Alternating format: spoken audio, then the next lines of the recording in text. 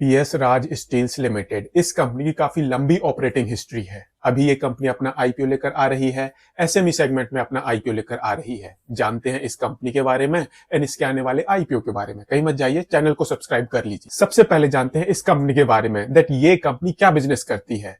तो यहाँ पर मैं आपको बता दूं दैट जो ये कंपनी है, ये कंपनी एक हरियाणा बेस्ड कंपनी है। 2004 से इस बिजनेस में है एंड ये कंपनी जो डिफरेंट वेराइटीज के, डिफरेंट साइजेस के, डिफरेंट शेप्स के जो स्टेनलेस स्टील के पाइप्स होते हैं उनमें डील करती है। जो कॉइल्स होती हैं उनमें डील करती है। जो स्टेनलेस स्टील की सीट्स होती हैं उनमें डील करती है। एंड ऐसे ही इस कंपनी के प्रोडक्ट्स तो स्टेनलेस स्टील के हैं, बट इस कंपनी का जो प्रोडक्ट पोर्टफोलियो है वो बहुत बड़ा है। इस कंपनी के प्रोडक्ट पोर्टफोलियो में अप्रोक्सीमेटली 250 डिफरेंट टाइप्स के प्रोडक्ट्स हैं एंड इसके अलावा भी ये कंपनी क्लाइंट्स के हिसाब से प्रोडक्ट्स को कस्टमाइज कर देती है। तो बेसिकली एक तो इस कंपनी के प्रोडक्ट पोर्टफोलियो में बहुत सारे प्रोडक्ट्स हैं, दूसरा ये कंपनी कस्टमाइजेशन का काम भी कर देती है। तो फिर कुल मिला के ये कंपनी अपनी क्लाइंट्स की नीड के लिए वन स्टॉप शॉप बन जाती है। अब जो इस कंपनी के प्रोडक्ट्स हैं उनको ये कंपनी खुद बनाकर मार्केट में बेचती है। ऐसे ही कुछ ऐसे प्रोडक्ट्स भी हैं जिनको ये कंपनी मार्केट से बाय करती है एंड देन उनको बेच देती है। बेसिकली ट्रेडिंग का काम करती है। एंड यहां पर मैं आपको बता दूं दैट जो ये कंपनी है, ये कंपनी अपने प्रोडक्ट्स में डील करती है, साथ ही साथ ये कंपनी जेएसएल लिमिटेड के प्रोडक्ट्स में भी डील करती है। JSL stand for Jindal stainless steel. बोलने को तो इस कंपनी के प्रोडक्ट्स वो इंडिया के 20 स्टेट्स में बेचे जाते हैं, बट इस कंपनी की मैक्सिमम रेवेन्यू आती है UP, Delhi, Haryana and MP जैसे स्टेट से। 4 स्टेट से इस कंपनी की मेजॉरिटी रेवेन्यू आती है। एंड ऐसे ही ये कंपनी अपने प्रोडक्ट्स को खुद भी मार्केट में बेचती है एंड साथ ही साथ ये कंपनी अपने प्रोडक्ट्स को डीलर के थ्रू भी मार्केट में बेचती है। एंड आज की डेट में इस कंपनी के पास अप्रोक्सीमेटली 77 डीलर्स हैं जो इस कंपनी के प्रोडक्ट्स को बेचते हैं। जो ये इस कंपनी के प्रोडक्ट्स हैं काफी बेसिक प्रोडक्ट्स माने जाते हैं। इनका बहुत सारी जगह यूज होता है। एंड अगर हम बात करें इस कंपनी के प्रोडक्ट्स की यूसेज की, तो सबसे ज्यादा इस कंपनी के प्रोडक्ट्स को खरीदते हैं ट्रेडर्स। वो लोग जो इस कंपनी से प्रोडक्ट्स खरीदते हैं एंड देन मार्केट में बेच देते हैं। आप इस कंपनी का ये चार्ट देखो, ये आपको एक क्लियर पिक्चर देगा। इस कंपनी के सबसे ज्यादा प्रोडक्ट्स किसके पास जाते हैं? वो जाते हैं ट्रेडर्स के पास, होलसेलर्स के पास। उसके बाद फूड इंडस्ट्री में इस कंपनी के प्रोडक्ट्स यूज होते हैं। देन दूसरे मैन्युफैक्चरर्स इस कंपनी के प्रोडक्ट्स को यूज करते हैं। Then airport authority, service providers, rice plants, auto parts manufacturers, boiler manufacturers, railways, kitchen furniture and furniture manufacturers भी इस कंपनी के प्रोडक्ट्स को यूज करते हैं। इसके अलावा भी इस कंपनी के प्रोडक्ट्स बहुत सारी जगह यूज होते हैं, बट ये कुछ मेन इंडस्ट्रीज हैं जहां पर इस कंपनी के प्रोडक्ट्स जाते हैं। एंड जो इस कंपनी के प्रोडक्ट्स को एक बार खरीद लेता है, मोर देन 50% चांसेस होते हैं वो इस कंपनी के पास दोबारा से ऑर्डर प्लेस करेगा। शुरू में मैंने आपको बताया था दैट ये कंपनी अपने खुद के प्रोडक्ट बनाकर मार्केट में बेचती है, साथ ही साथ ये कंपनी जेएसएल के प्रोडक्ट्स को खरीदती है एंड देन मार्केट में बेच देती है। एंड यहां पर अगर हम इस कंपनी की रेवेन्यू को बाइफरकेट करें, तो जो इस कंपनी की टोटल रेवेन्यू है, अप्रोक्सीमेटली 46% रेवेन्यू आती है इस कंपनी के जेएसएल ब्रांड वाले प्रोडक्ट से एंड अप्रोक्सीमेटली 54% रेवेन्यू आती है इस कंपनी की अपने प्रोडक्ट से। एंड ऐसे ही इस कंपनी की अप्रोक्सीमेटली 55% रेवेन्यू आती है डीलर्स के थ्रू, उन प्रोडक्ट्स के जिनको ये कंपनी डीलर्स को बेचती है। एंड अप्रोक्सीमेटली 45% रेवेन्यू आती है डायरेक्ट सेल के थ्रू, जहां पर ये कंपनी अपने प्रोडक्ट्स को डायरेक्टली एंड कंज्यूमर को बेचती है। जो ये इस कंपनी का बिजनेस है, काफी बेसिक प्रोडक्ट्स माने जाते हैं। ये इनका बहुत सारी जगह यूज होता है एंड यही रीजन है दैट इस पर्टिकुलर बिजनेस में आपको बहुत बड़ी बड़ी कंपनियां मिल जाएंगी एंड बहुत छोटी छोटी कंपनियां भी मिल जाएंगी। ये कंपनी अपने सेक्टर की छोटी कंपनीज में से एक है।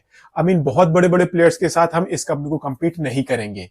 अभी ये कंपनी अपना आईपीओ एसएमई सेगमेंट में लेकर आ रही है, तो उसी सेगमेंट की कंपनीज के साथ हम इस कंपनी को कंपेयर करेंगे। एक काम करते हैं, जिन कंपनीज को इस कंपनी ने अपना कॉम्पिटिटर रिकॉग्नाइज किया है अपने आईपीओ पेपर्स में, उनके साथ एक बार इस कंपनी को कंपेयर करके देखते हैं। उसके लिए देखते हैं इस कंपनी का ये वाला चार्ट। आप इस कंपनी की रेवेन्यू देखो, साइज वाइज ठीक ठाक साइज है इस कंपनी का, बट आप इस कंपनी के मार्जिन देखो, इस कंपनी के एबिटा मार्जिन देखो, कंपटीशन में सबसे कम है। पैट मार्जिन थोड़े से बेटर हैं, बट इस कंपनी से कहीं बेटर परफॉर्म करने वाली कंपनियां मार्केट में अवेलेबल है। अगर हम इस कंपनी का ऑपरेटिंग कैश रियलाइजेशन देखें as compared to its revenue, वो थोड़ा सा ठीक ठाक है। साइज की बात नहीं कर रहा हूं यहां पर मैं परसेंटेज की बात कर रहा हूं। ऐसे ही जो इस कंपनी की रिटर्न ऑन इक्विटी है, रिटर्न ऑन कैपिटल एम्प्लॉयड है, कुल मिला के इस कंपनी से बेटर कंपनियां मार्केट में अवेलेबल है। तो कॉम्पिटिशन वाइज अगर हम इस कंपनी को कंपेयर करें तो बेटर कंपनियां मार्केट में अवेलेबल है।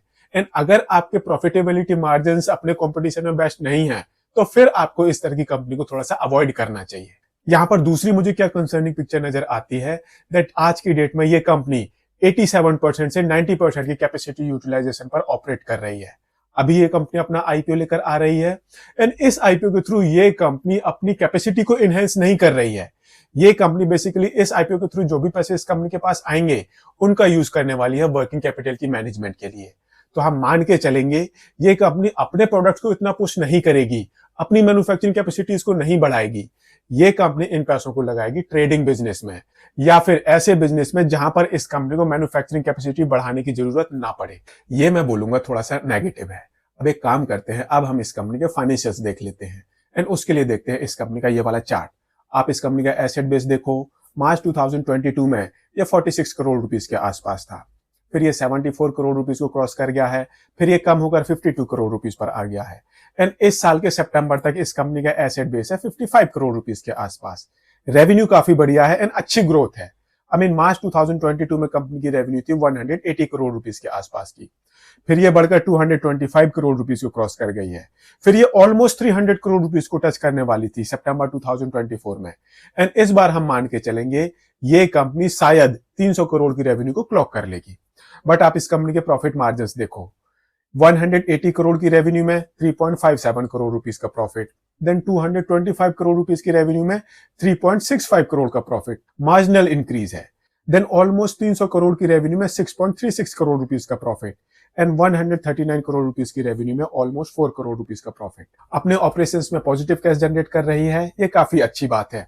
हालांकि इस कंपनी का operating cash realisation as compared to its sale बहुत कम है एंड करंट में इस कंपनी के बुक्स में 17.25 करोड़ रुपीस की बोरोइंग है एंड ये कंपनी 3.63% के एबिटा मार्जिन पर ऑपरेट कर रही है, 2.14% के पैट मार्जिन पर ऑपरेट कर रही है, 20.79% की इस कंपनी की रिटर्न ऑन इक्विटी है एंड 20.5% के आसपास की इस कंपनी की रिटर्न ऑन कैपिटल एम्प्लॉयड है।